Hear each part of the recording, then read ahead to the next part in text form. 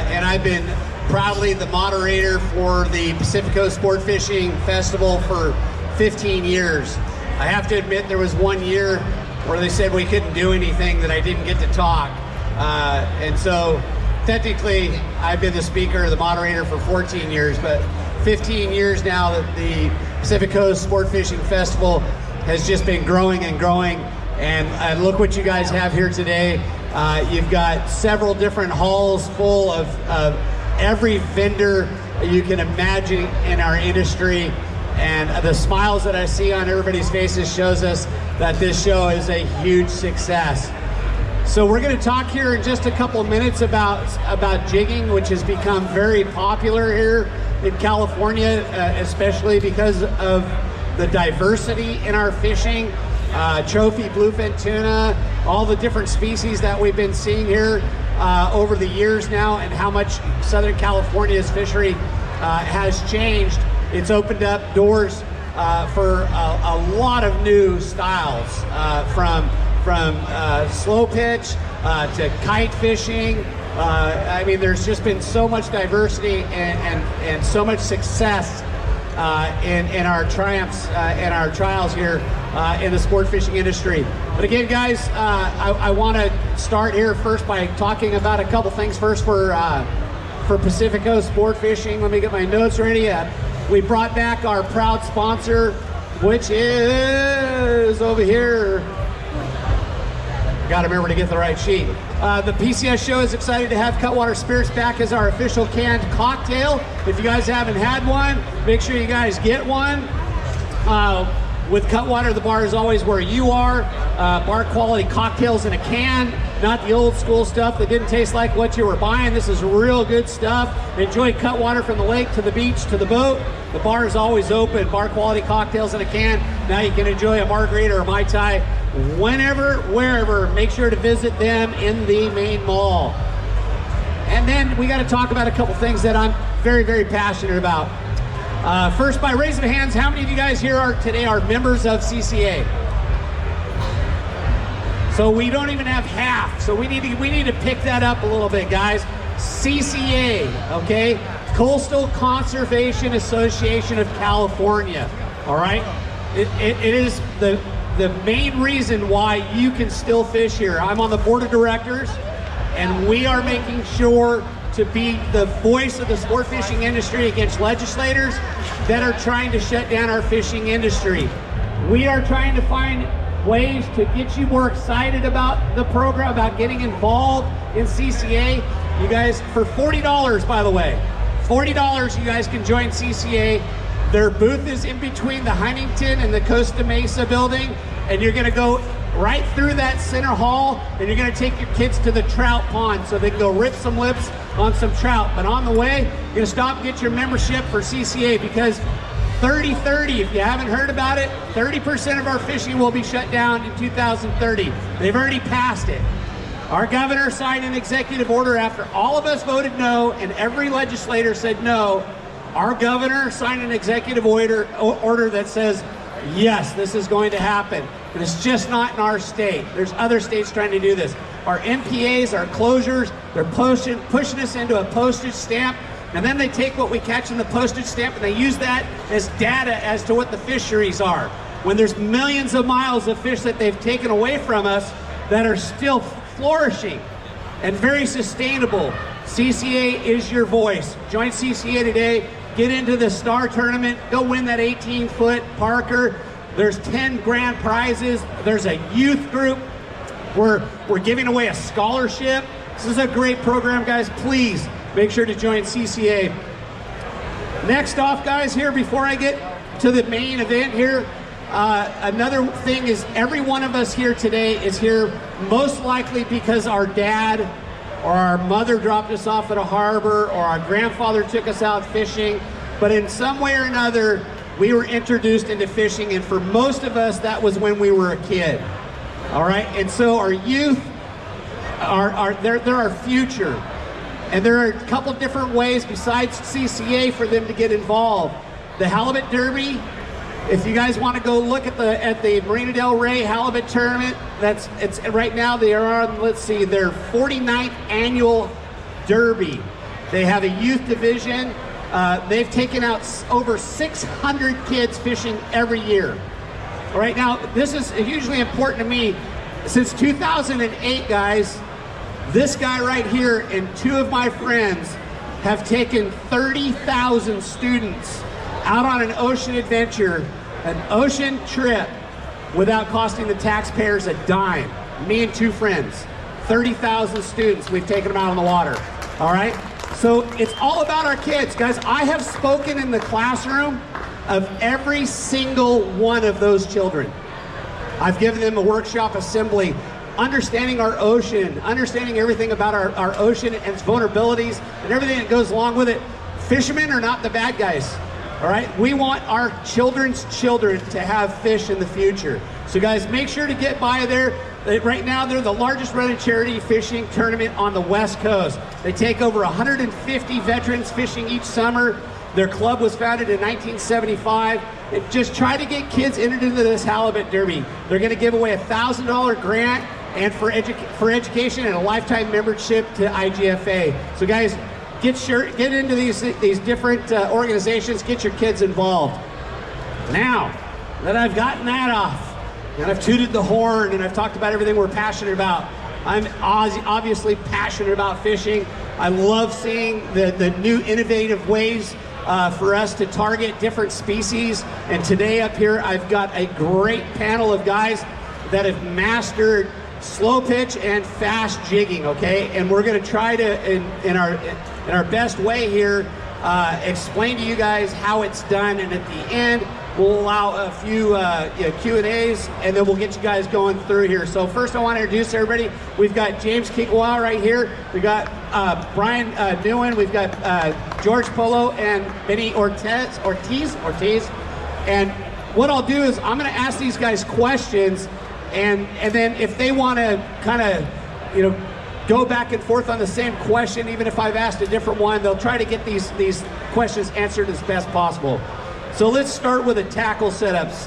I asked these guys to bring out some setups today, and they look a little bit different. You guys just kind of hold them up. They look a little bit different than your standard conventional rods. You can see that they appear to have very parabolic, very narrow-looking rod blanks. So Brian, let's start with you. Let's talk about your setup for slow pitch and speed jigging. The rod, reel, braid, leaders. What do you got going on there, Brian? When we talk about the bluefin tuna, it seems to be our luxury fish that's biting really well for us. So when it pertains to that particular species, there are 3 models of jigging rods that we use as far as the line ratings are concerned. PE 6 to 10 is the first one, PE 4 to 8 being the second one, and then the PE 3 to 6. We try to make it as easily understandable to the West Coast angler as possible. And I know James has put in a lot of time and research in this, but what I like to kind of go through is the actual jig weights that the rods that we use on each particular rod. I use the term activate when in my seminars, and so when we look at the PE 6 to 10, we're looking at a rod that can activate 250, that we use ourselves with 250 grams up to about 500 grams. As far as the pounds of drag, we fish where we find that there's a comfort level as far as a fighting drag is concerned on a 6 to 10. So we're at roughly about 25 pounds of drag right from the start, and some of them can go up to 40 pounds. Some say they go up to 45, but I'm not willing to test that theory just quite yet. Then we have the PE 4 to 8s that'll activate jigs from say 150 grams all the way up to 350 grams for us. Looking at a fighting drag range of about 20 pounds all the way up to say 30. There are sometimes 35, but realistically 30. Then the 3 to 6 is the lightest one, and that's what we use when we're to try to activate jigs in that 100 gram up to say 250 grams, and we're looking at a fighting drag of about 15 pounds of drag, max around 25. Somewhere around there. So that kind of breaks it down for you guys so that when you make your selections, you know exactly what it is that you are at least looking at. And now when you have questions on what you're looking for, we're happy to answer those for you. So James, let's talk a little bit about the rods.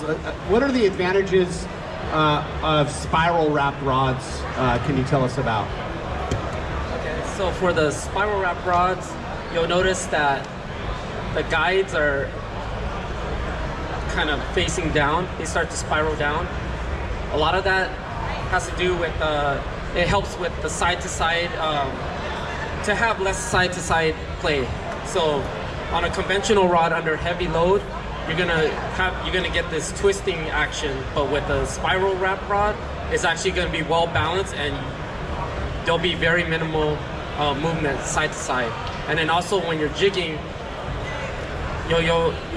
while you're jigging, sometimes the line will try to grab the tip of the rod.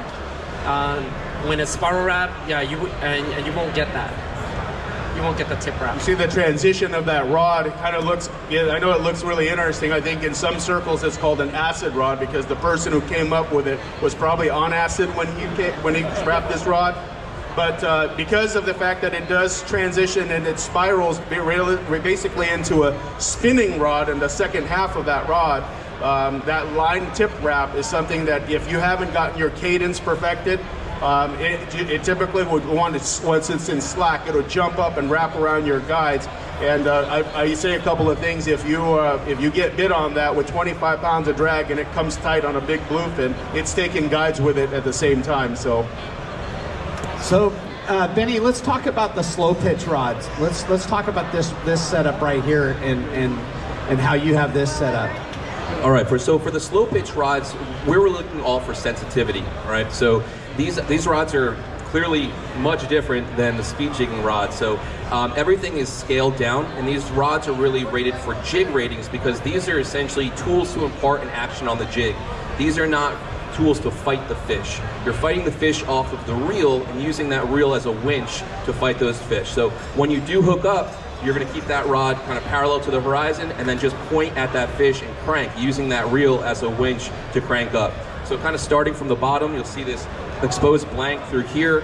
That's going to be kept under your forearm during the jigging process. That's going to give you kind of the maximum fulcrum action of this. If you think of it like a lever, you're going to be pushing down on this side, and the weight of the jig is going to load up this rod. And based on the recoil of those rods is going to be your gram rating. So for these particular rods, we have one series that goes up to 330 grams, one that goes to 400 grams, and one that goes to 500 grams. So I'm picking a rod based on the jigs that I'm fishing, not the fish that I'm fighting, okay? All of the slow pitch rods, just about all of them that you'll see, are going to be conventional. And the reason why is because how do you gain line spinning? Lifting and pumping, right? On these, you can't do that. You start lifting and pumping on these rods, you're going to turn them into a two-piece rod pretty quickly, right? So you want to have that conventional reel on there, and you're going to point at that fish and crank on them. There's two different ways that you can wrap them. You can do the spiral or acid wrap, like they talked about before. That does help a little bit with tip wrapping. Kind of the way that we say, don't worry about that. It's just more pay attention, to where your line is in the water. But also with this rod's construction and the higher end rod construction, they have features in them such as like High Power X with these rods, which stops the plank from twisting and going off axis while you're fighting the fish. So I don't know if George wants to add anything. Yeah, so I think it's very important as well, like circling back to what we were talking at the beginning. There are two different approaches here on the West Coast, and I think it's about, correct me if I'm wrong, I think there is 30% of people that probably owns private boats and goes fishing on their private boat, and then about 70% of the fishing population goes into the sport fishing boats, and I want to touch base on this. So when you're fishing on a sport fishing boat and you have another 20 guys next to you, you're kind of limited on what you are allowed to use, right? So if the guy next to me is using 60-pound braid, a super heavy rod, I'm gonna have to use similar tackle because you can probably get away with a lot lighter tackle. You're probably gonna get more bites, but when it comes down to fight that fish, we're probably gonna get tangled at some point, and that's going to limit my tackle. So in that side, I'm going to be limited. I'm going to be limited using whatever the guys next to me are using, right? If you're on a bigger boat, so that's where all these heavier rods come in place. You do have limited time to fight this fish. I mean, think about it. Sometimes there's like 10 guys hooked up around you, and everybody's like, come on, get on with it. I want to drop. I want to hook a fish. So you kind of have to go with these to catch these tunas on the bigger boats. Now, if you are fishing on your own boat or your buddy's boat or a 6-pack or 4-pack, you can get away with a lot lighter tackle, right? And going back to understanding like what your tackle is about, like, you know, if you're using 20 pounds, 25 pounds to drag, there is no need to use 60-pound braid. If you set your drag at 25 pounds and you have 40-pound braid, your braid is never gonna break, right? So you can get away with a lot lighter tackle if you're fishing on a private boat. And therefore, you're gonna be able to get away with lighter jigs. Your action on the jig is gonna be a little better. So again, two different approaches for the same fishery. My personal recommendation is if you are fishing on a big boat with 20 guys in the rail with you, you kind of have to go for that heavy gear. And if you're fishing on a private boat with somebody, try different stuff, especially with those fish are finicky. Daytime fishing, fish are seen a lot more, so you cannot get away with a lot of the things, right? And that's why we see lots of people talk about how good the nighttime fishing is, because it's dark. So kind of like everything works, right? So nighttime is great for everybody. Daytime gets a little bit more challenging. So I encourage you guys to get a little thinner line, smaller jigs. That daytime is good as well. It's just a little bit more challenging. Let's talk a little bit about line, monofilament or fluoro, when you guys are coming to your leaders and stuff. James, let's start with you on that. Well, a lot of the times that when we are jigging, speed jigging, we're actually fishing mono, and we're fishing like a 20 to 25 feet top shot to our braid, and that's why we use mono is because there's some stretch, because when we're jigging, we're fishing like high impact, so we want some kind of stretch in our line, and we don't really get a chance to, obviously when they're down there anywhere from say 200 to 500 feet, ideally we'd like to take a look at how they're eating our jigs, but we don't really have that opportunity, so the bites come very sudden. And so when it does come, especially when you're in the mechanical jigging, on the sink, it's certainly a no-brainer. Your jig stops sinking. And when you're mechanically jigging, or we like to refer to it commonly as the pump, that one is when you're working through the mechanical jigging portion of it, and all of a sudden you get bit. It is it's very sudden, and the shock that we get from a 200-pounder that freight trains your jig is significant. But more importantly, the way that we actually fight these things with the heavier drags and how we like to change the angle of which the fish comes in, so we keep the rod tip pointed at the fish's face, is how we're in 90% of our fight.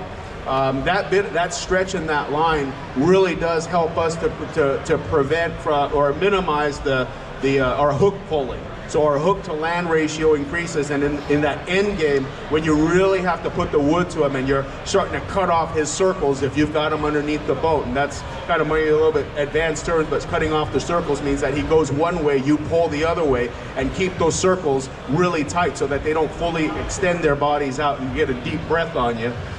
It really does help to have that shock absorption from monofilament in the end game. But that's where we do on the bluefin side of things. George, you want to touch on that? Yeah. So I don't have a whole lot of experience here in the West Coast bluefin tuna fishing, but I'm born and raised in Spain.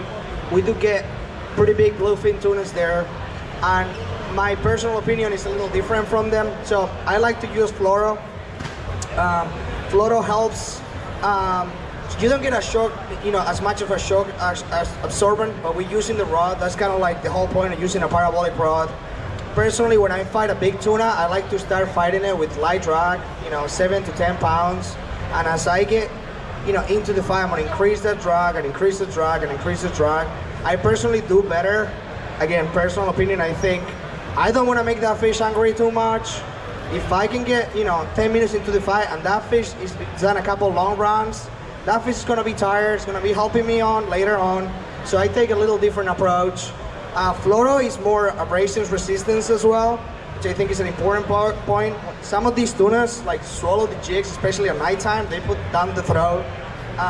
So my personal take is I like fluoro instead of mono. I do have lots of friends that use mono, and I get it, makes sense. Again, personal preference, it's worked for me over the years. And just like George, I like using fluorocarbon as well. these particular rods are so parabolic that they are really absorbing the vast majority of the shock that comes at you. That's why we're able to get away with such light line and using shorter leaders overall. So you mentioned before using about a 25-foot shot of mono. I like to use somewhere around a 10 to 12 foot piece of fluorocarbon on there. But for us, these guides are so small, these micro guides that are on here, so again, geared towards sensitivity, keeping that line close to the blank. We need to have a very slim line-to-line connection in order to go through there. So we have to use either the FG knot, which I'm sure a lot of you are familiar with, or also I prefer the PR knot, which requires a bobbin to tie. It's kind of spinning that bobbin around. What I find with the mono on that PR knot is that sometimes you get bubbles in it, and it actually digs in a little bit too much. So the hardness of the fluoro helps that knot sit nicely and allows it to pass through those guides very well. I've learned so much from you guys the last couple of days. I'm serious. I don't jig much. I'm a live bait guy. I ran sport boats for a living. Let me fly line. Let me fish a drop really. And I've thrown surface line for years, but I'm learning a lot from this. It's really good stuff, you guys. So how do each of your jig styles differ, and what situations would each jig style be useful when targeting bluefin, James? I mean, like we talked about this yesterday, and this made a lot of sense to me yesterday. I knew a lot about diameter of line and stuff like that and how that plays into effect, and we'll talk about that in a minute. But talk about the different jigs and how the different jigs can be useful in targeting tuna in different situations. Yeah, so with the jigs, there's a bunch of different shapes and sizes, obviously, and a lot of it's like trying out a variety of different jigs, and a lot of it's too is also based off of the current and how fast the boat is drifting.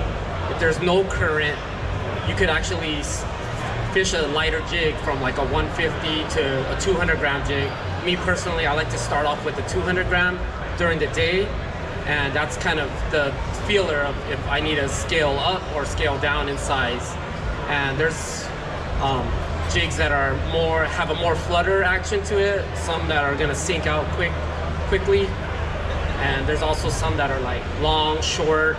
So it's just trying different things until you find that right cadence and the right presentation where the bluefin want to react to.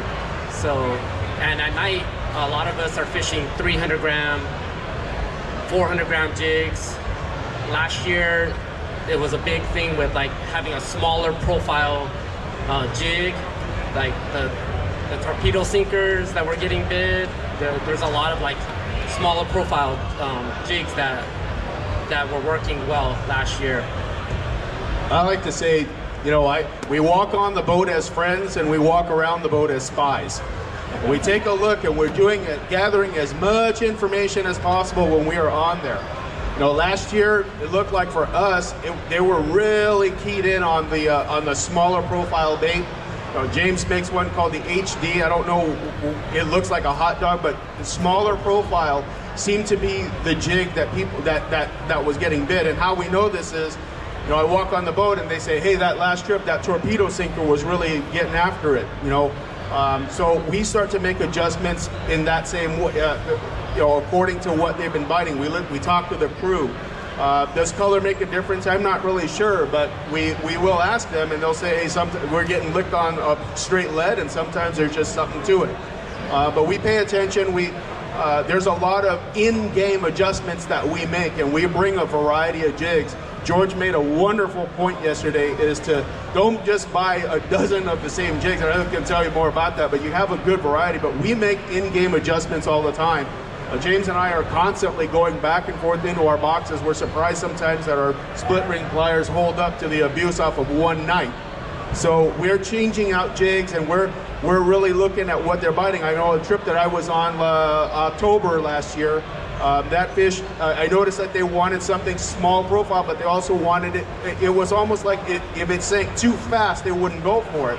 So we had to find something that was shorter in the 300 gram range, even though we had current, quite a bit of it, but they were really keyed in on that. And how I paid attention to what was going on. I wasn't getting a bite, so I was very frustrated, but I was looking at the guys that were either getting short bit or they were nailing fish, and I saw that they were fishing a smaller profile jig, so it made me adjust from there. But there's such a thing as too fast, and there's such a thing as too slow. It's really based on that night. You're really, again, walk on the boat as friends, but walk around as spies is the best thing that I could tell you. George, can you add to that? And also, I want to talk a little bit about something you talked about too, on all of you, is the hook setting. We were doing a lot of stuff, or I was hearing, guys just literally putting together grappling hooks on their jigs. I mean, literally, like, more was better. But talk a little bit about the lure, the jig as well. But also, let's talk a little bit about the size of the hooks and what is too much, what is too little, and how that all plays, if you would. Because yesterday was very explanatory. So this is probably the most important part of the whole seminar, and my favorite part as well to talk about. So everybody talks about the rods, the reel, the line, all the paraphernalia, but we can't forget that the lure is probably the most important part of the whole system, because at the end of the day, the lure is what the fish see, what the fish is going to commit to, and it's decisions and decisions and decisions. There's three main things that you want to keep in mind, and again, if there's one thing you want to take home from this seminar, it's probably this. It's the number one question we got asked. I'm sure you guys got asked the same thing. There is three things that we look to pick up your jig. The number one thing is going to be how fast my boat is moving. The speed is going to be determined by the weather conditions, if it's windy, if it's not windy, and also the current conditions. Again, you can have a day with no wind and the boat is still moving, 2 or 3 knots. This is going to determine the shape of the jig, okay? And typically speaking, for the days that current is slow, you can get away with a lot more, for not saying everything, right? So if the boat is moving slow, and you'll see this with the guys talking, with the guys fishing next to you, you want to go for a wider profile jig. Let me show you an example.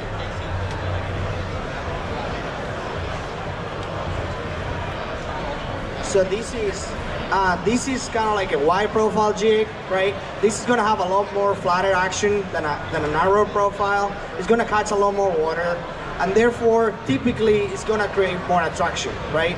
Now, if the current is faster or that wind is blowing, I want to go for something longer like this. It's going to get me down to the bottom faster, and therefore, it's going to have a lot less resistance as well as I jig it. So that'll be number one, right? How fast am I moving? And again, all of these data you can get when you are in a private boat. Just look at the screen and see how fast you're moving.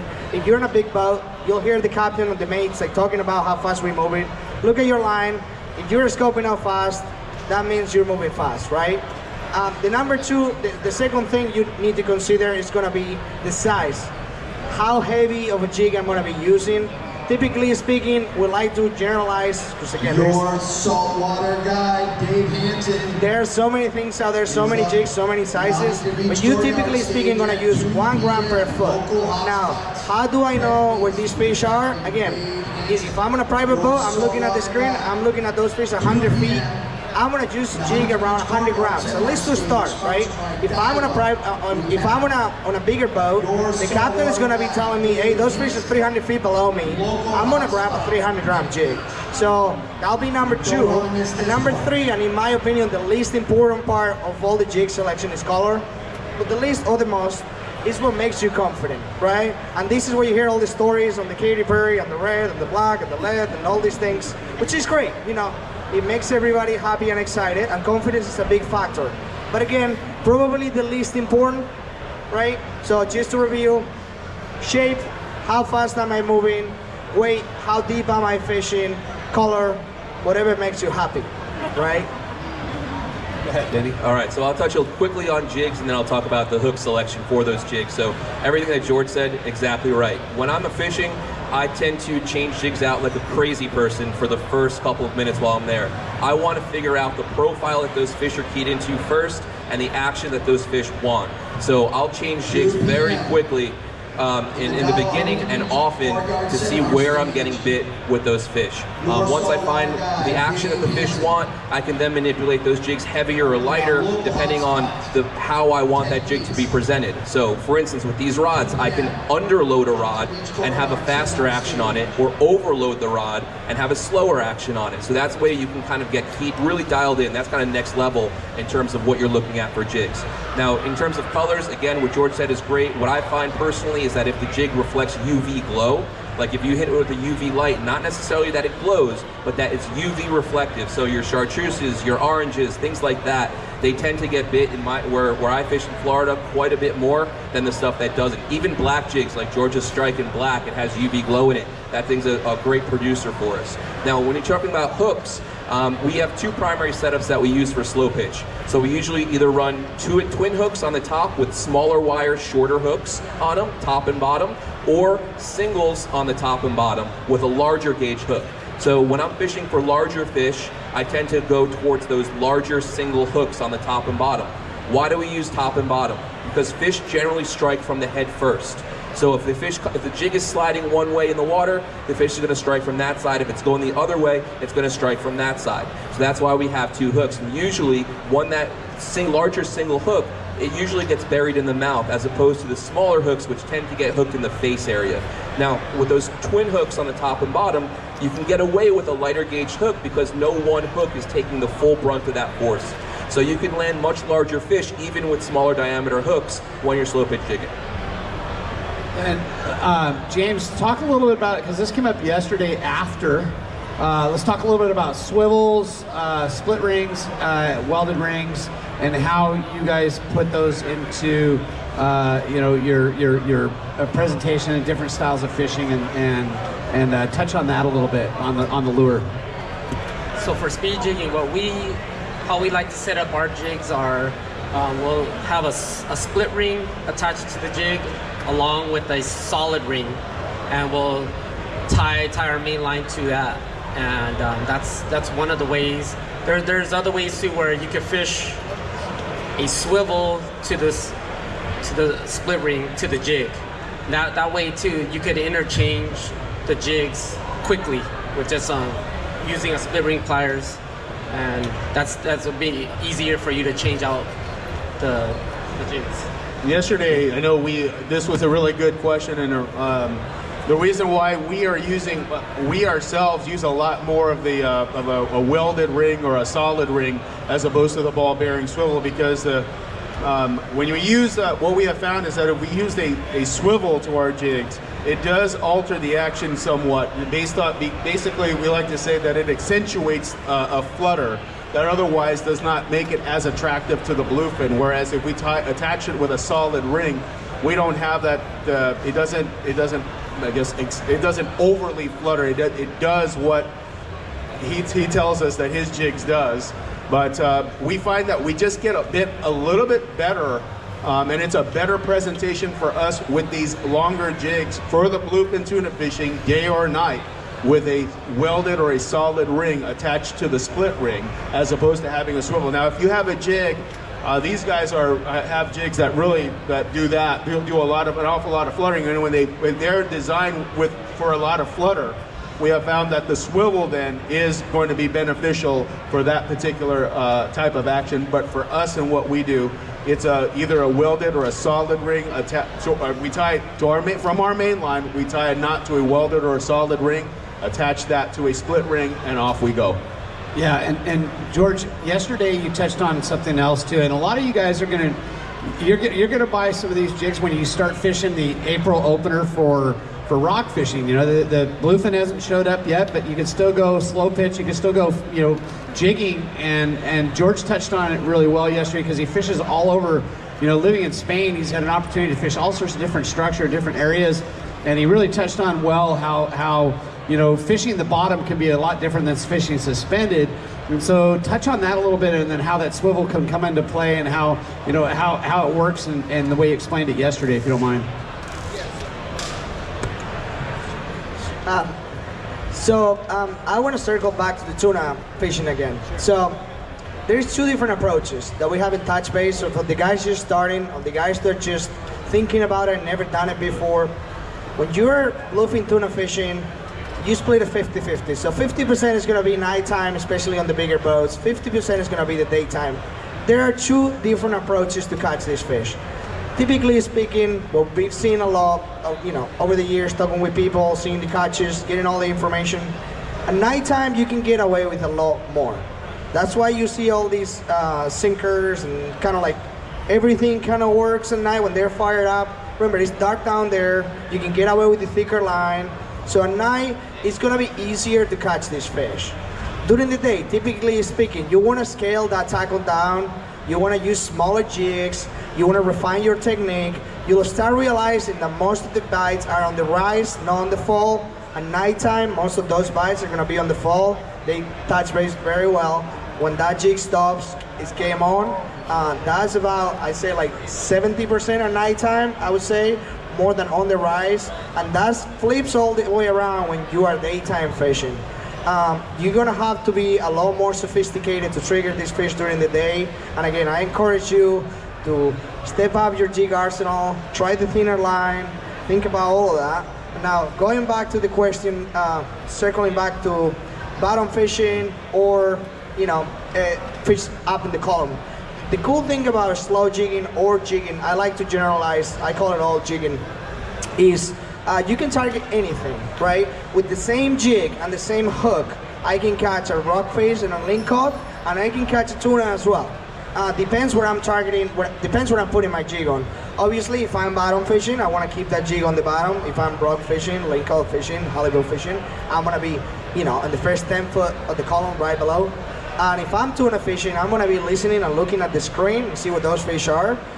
Typically speaking, pelagics, tunas, wahoos, dorados, they want that jig to be moved a little faster.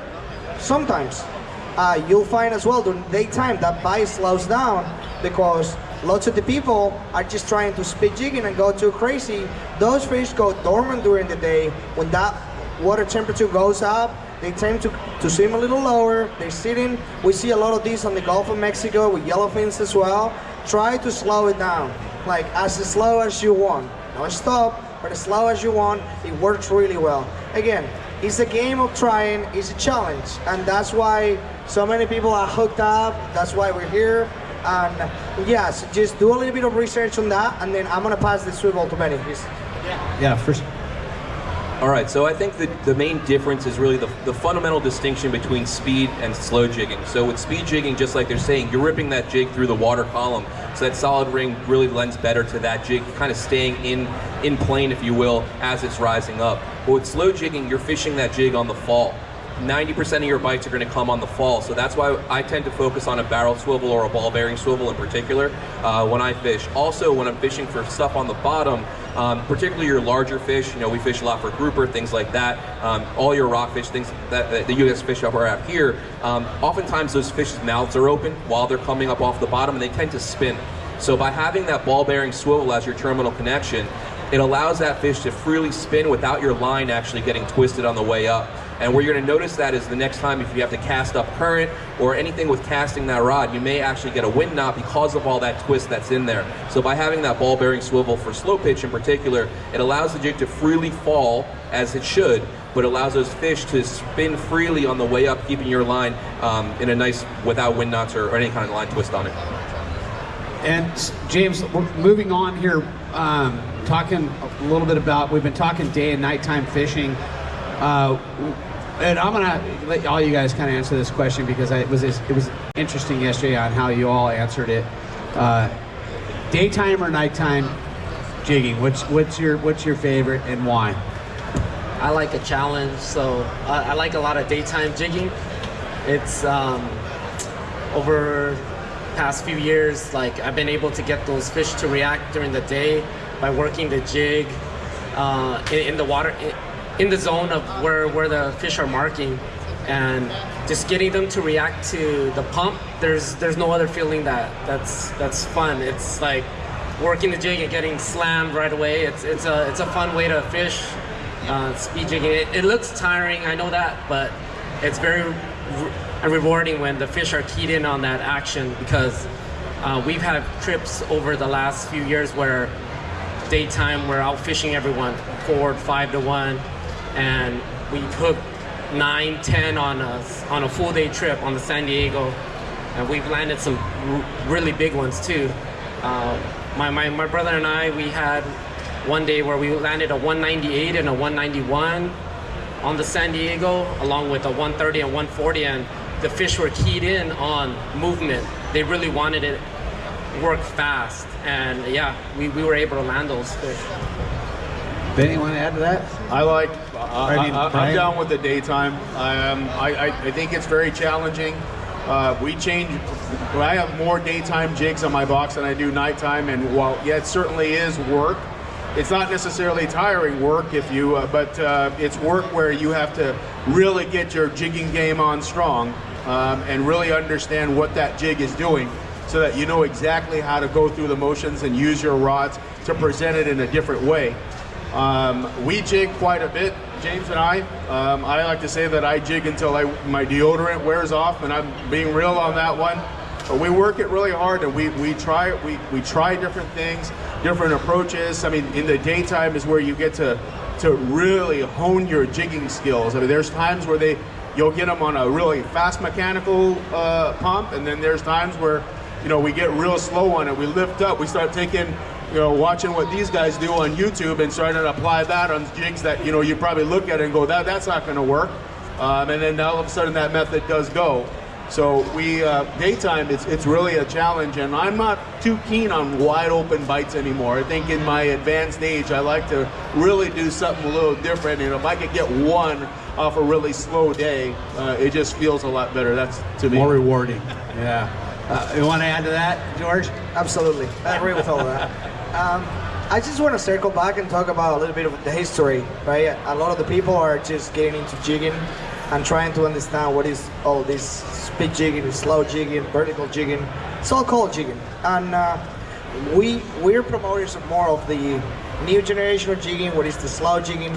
This was created in Japan. The Japanese have been jigging for years, more than 20 years, right? Speed jigging is very challenging. That's what makes it so much fun, right? So it's very demanding as well. Some of the gear that you're required to speed jig is quite heavy. Some of these setups will be like 3, 4, 5 pounds. Again, you're targeting big fish. But I just want to say as well, there is a way to do it with lighter tackle, and a slow jigging is kind of like, it comes to fix that problem. So, you look back at the Japanese, and we kind of all follow the Japanese because they're the gurus and all of this, right? And you look back like 10 years ago, speed jigging was super popular there, right? So everybody is doing these, they're catching the yellowtails, they're going crazy about it, amberjacks, all this stuff. But there was a tendency of like, how can we get the older people to do it? How can we make it a more entry level for everybody? I love speed jigging. I've done quite a lot of it. I can do about 2 or 3 hours, and then I'm kind of done. That's when the slow jigging comes in, right? These rods are a lot more parabolic. They're more getting the bite oriented. So anything about slow jigging is all about getting that bite and then figuring it out how to land that fish, right? That's why you see the rods, they're so floppy. You can use a slow jigging rod to move your jig fast. That's another thing as well. You can change the cadence. And I just want to, if I'll be coming here and do your kind of fishing, I will be trying to challenge myself to do it in a lot smaller gear, again, for as long as my neighbor is not using 80-pound braid next to me, right? But I would try to go on a private boat and try to prove, not the concept. It's worked everywhere else in the world. And sometimes, people call us and email us or text us like, what is this about? So it's just the slow jigging comes to evolve speed jigging, and I just wanted to make that point. Benny, want to add to that? So, in terms of daytime versus nighttime, I'm a daytime guy. I really value my sleep. So if I've had a good day during the daytime, unless I start hearing bodies hit the deck, I'm going to go ahead and get those Z's. Now, in terms of the actual presentation of it and what we were talking about before with speed jigging, I haven't missed very many meals, and I kind of always joke in my seminars that, if you're speed jigging, if you feel like you're doing it right, if you feel like you're going to have a stroke. right? So it's just like, it's super intense and it's super fast, and those bites are strong and they're hard and it's violent. But with slow jigging, it's just this melodic, very slow, almost rhythmic movement of your rod, and then all of a sudden you still have that same exact violence that happens. So those bites and those strikes that you get on jigs, it keeps you coming back for more. I personally like the daytime. I fish a lot more for bottom fish, things like that. If there are tuna out there, I will go for suspended tuna. I think metered braid is an important part of that, but I do prefer the daytime bite over the nighttime.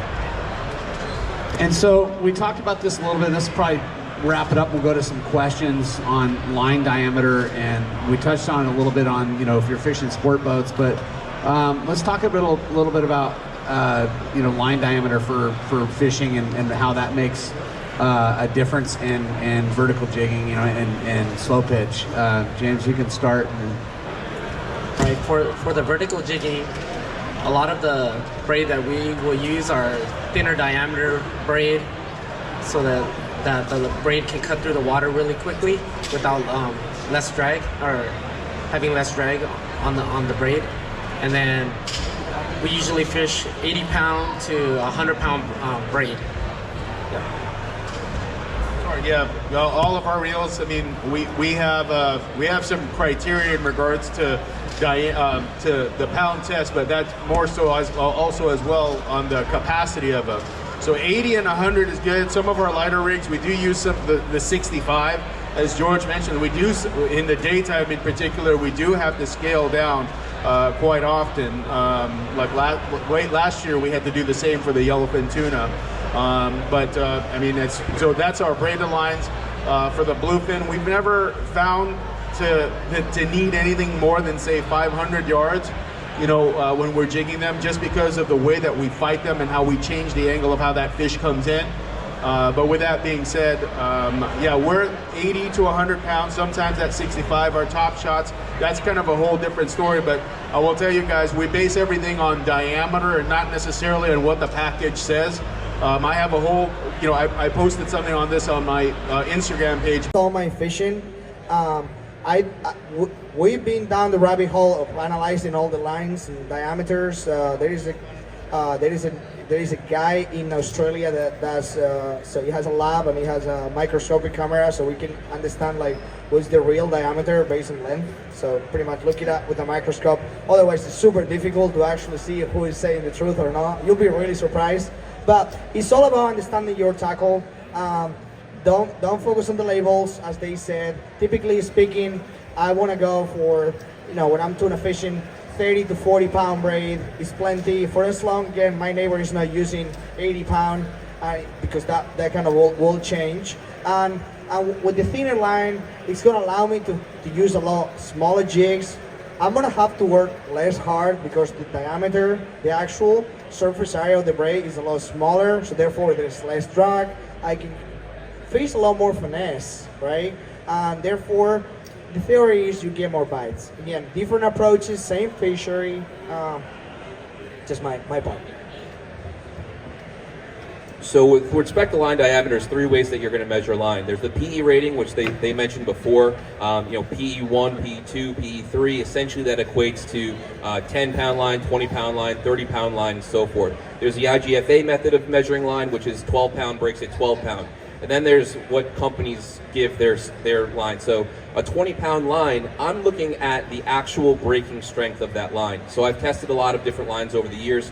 20-pound braid tends to break somewhere in the 36 to 41 pounds in a straight pull, right? So braid breaks from abrasion. It doesn't necessarily break in that straight pull. If your reel puts out 30 pounds of drag and you're using 20-pound line, you can have that thing locked up and not have to worry in a straight pull with that fish actually breaking that line.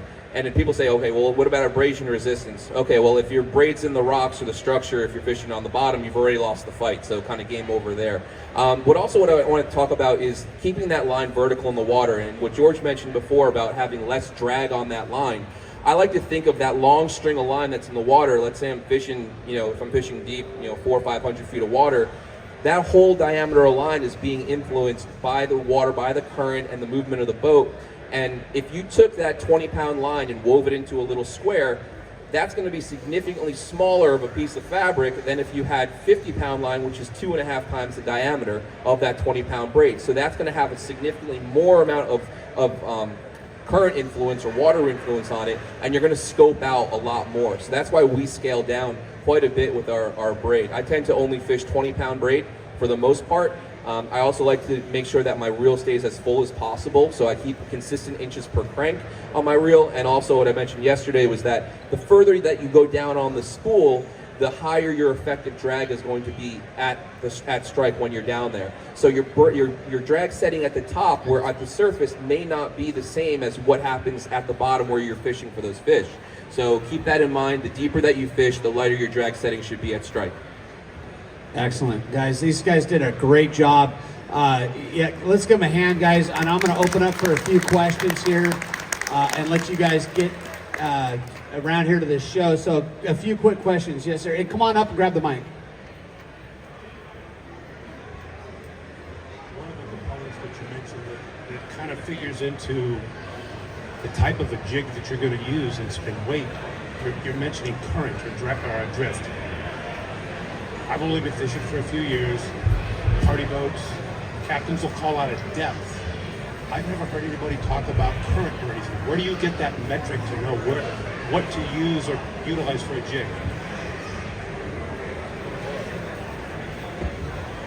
When you're on a party boat or a head boat out there, it may be difficult unless the captain actually tells you how fast you're drifting. But your first drop is really going to dictate exactly where that jig is going in the water. So if you have one jig, kind of my philosophy on it is if I'm in a certain depth of water, I know a certain jig that's going to perform in a certain way or should perform in a certain way in that depth of water. I'll start with that.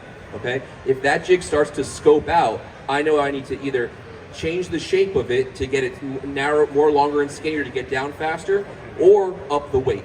And that's going to keep me more in a vertical position. But also with those fish, one thing to keep in mind is that as you're dropping that jig, whether you're speed jigging or slow jigging, try to keep a little tension on the spool with your thumb. It's a little bit counterintuitive, but what that does is it keeps the jig in a vertical position in the water, just that little bit of tension. And that's going to help that jig shoot down to the strike zone a lot better. So if you have metered line in particular, the captain says we're marking 200 feet under the boat, I like to go down to about 220 and then we'll start working the jig through that column of where the fish are. It's all about efficiency. There's no need in working at 300 feet if the fish are at 200 feet, or bringing that jig all the way up past those fish to 100 foot if they're not even in the vicinity, right? So always keep it right in that area, and that'll kind of give you a guide for what you're going to be looking for.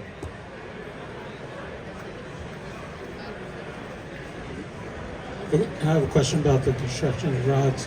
So you're saying it's not very practical to use a hyperbolic rod on a party boat because you're right next to people, and I've been on a boat where you get tangles because the guy is on the fish, but he can't lift his rod to let you under.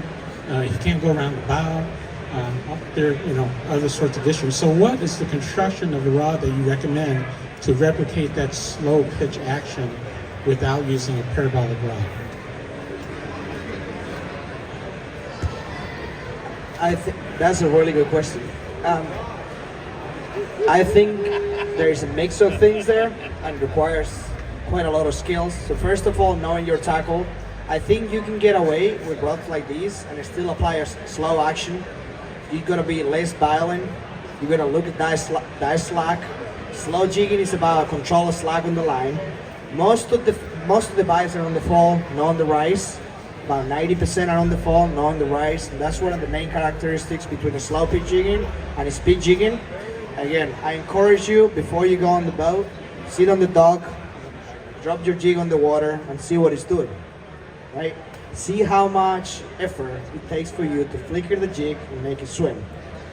And try to apply that when you are out in the ocean. On the bigger boats, tall rails, long rods are gonna be helpful. Is it ideal? No. But you have to, you want to hook a fish, that's what it is. The guys are around you doing that, so you're gonna have to adapt your technique to the tackle that is required to land that fish. So it's a one-of-a-kind kind of scenery, because it's great that you guys have all the big boats, but it's challenging because you have to go with whatever your neighbor is doing. And we talked about this over and over and over, including the whole seminar. Did you guys ever have an opportunity to fish on a private boat, a 4-pack and a 6-pack? Try it a different way, see how it works, adapt. And that's the beauty of fishing. Adapt your technique to, we give you our experience, you make your own history. Right here, last one.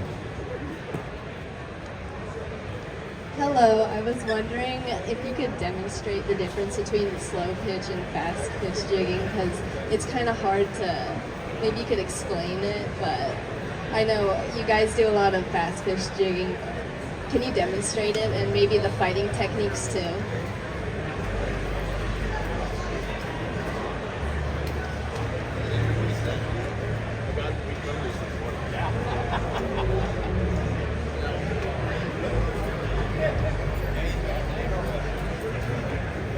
We've done this demo before, guys, where we actually have somebody standing on an elevated platform.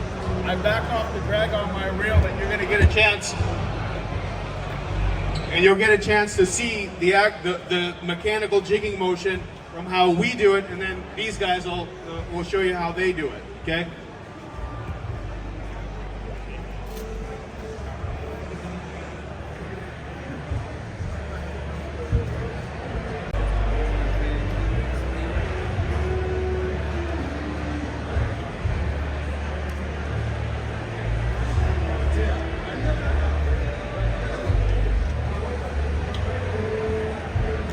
Okay, guys, so basically what we're going to do is we're going to see James lifting the rod up, and what that's going to do, I'm going to hang on to it, of course, but what we're trying to accomplish here is to get this jig to come darting up. And as he drops the rod tip down to take one full revolution of the handle, we're going to prevent this jig, number one, from falling below what we call the parallel or the halfway point. And the reason why we want to avoid that is because if that does occur, the hooks have a tendency to come swinging up around, and the way that we rig them, depending on the boat that you guys are on, we have top and bottom hooks, in particular for these bluefin. So what he's going to do is going to show you that motion, but what you want to pay close attention to is really that one complete revolution of the handle, okay?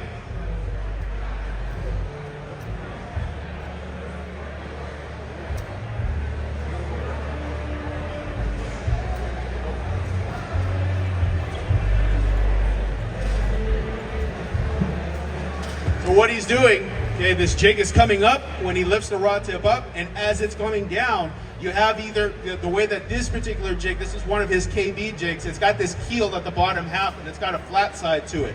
So there's a shimmy to it, there's also an opportunity for this jig as it is falling to glide as well. Now, is it as pronounced as some other jigs? Not necessarily, but this is kind of the world of the speed jigging, and we want this thing, we're constantly working this thing, and we will adjust our speed as needed. Sometimes those things want it fast, and sometimes they want it slow. And so, yeah, you gotta watch James do this one more time, only maybe go a little faster.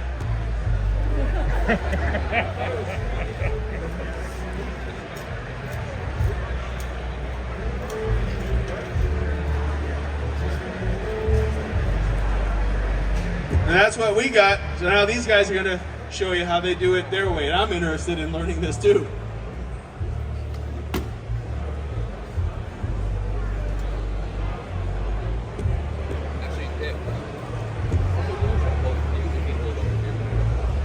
All right, so we're going to try to do this tandem. Hopefully George can hold a mic here by my face. I'll stand sideways to show you what I do.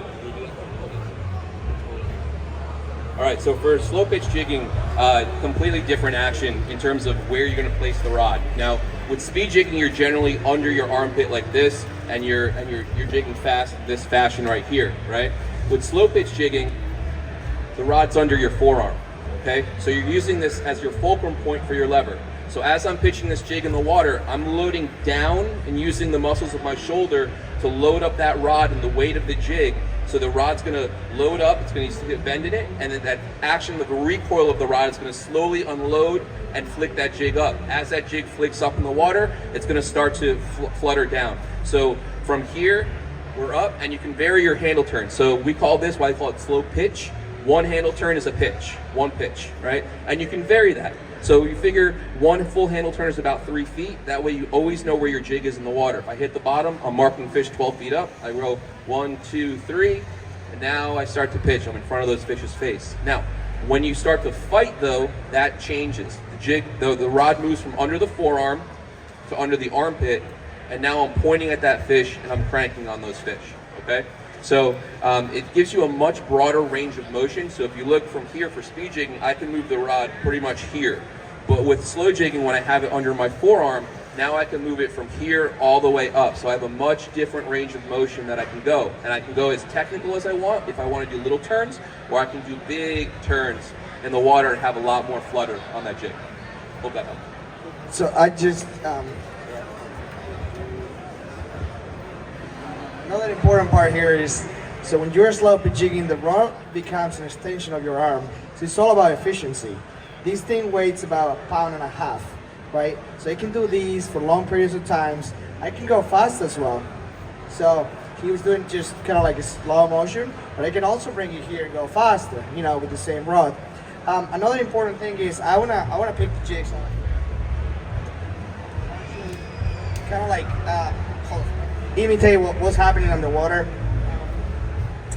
It's tricky. So when you are speed jigging, this is kind of like what's happening. So one of the main differences when you're speed jigging versus slow pitch jigging is when you're speed jigging, the majority of the bites are on the rise, right? You're creating, they did a great explanation where they don't want that jig kind of like go 90 degrees. They kind of, you know, you're kind of doing this. Your jig is kind of like going up, and the fish are eating these because they're active, they're chasing. It looks like a bait that is escaping from them. They get fired up and it becomes very effective. That's why you see more pelagic species caught in speed jigging as well. Those fish, those tuna, those dorados, those wahoos, are fish that never stop swimming. They're swinging, they're chasing, so it works really well. So this is kind of like the motion that happens with your speed jigging. And you know, you go up, when you get to the depth that you want, you hold your thumb, it goes down and kind of repeats. Now when you're slow jigging, you can do that, but you can also, like the main purpose of slow jigging is to make this jig look like it's an injured fish. This bait is struggling. I'm gonna put it in the fish's face, and I'm gonna make it an easy prey. And that's why you see us catching so many different species, because we make it easy for the fish. Now, can you go fast? Absolutely. It's not. We tend to go slower because over the years realize that we're getting more bites on the fall than on the rise, and that's again part of the whole evolution. Two different approaches, same fishery, but just main differences: speed jigging on the rise, slow jigging on the fall.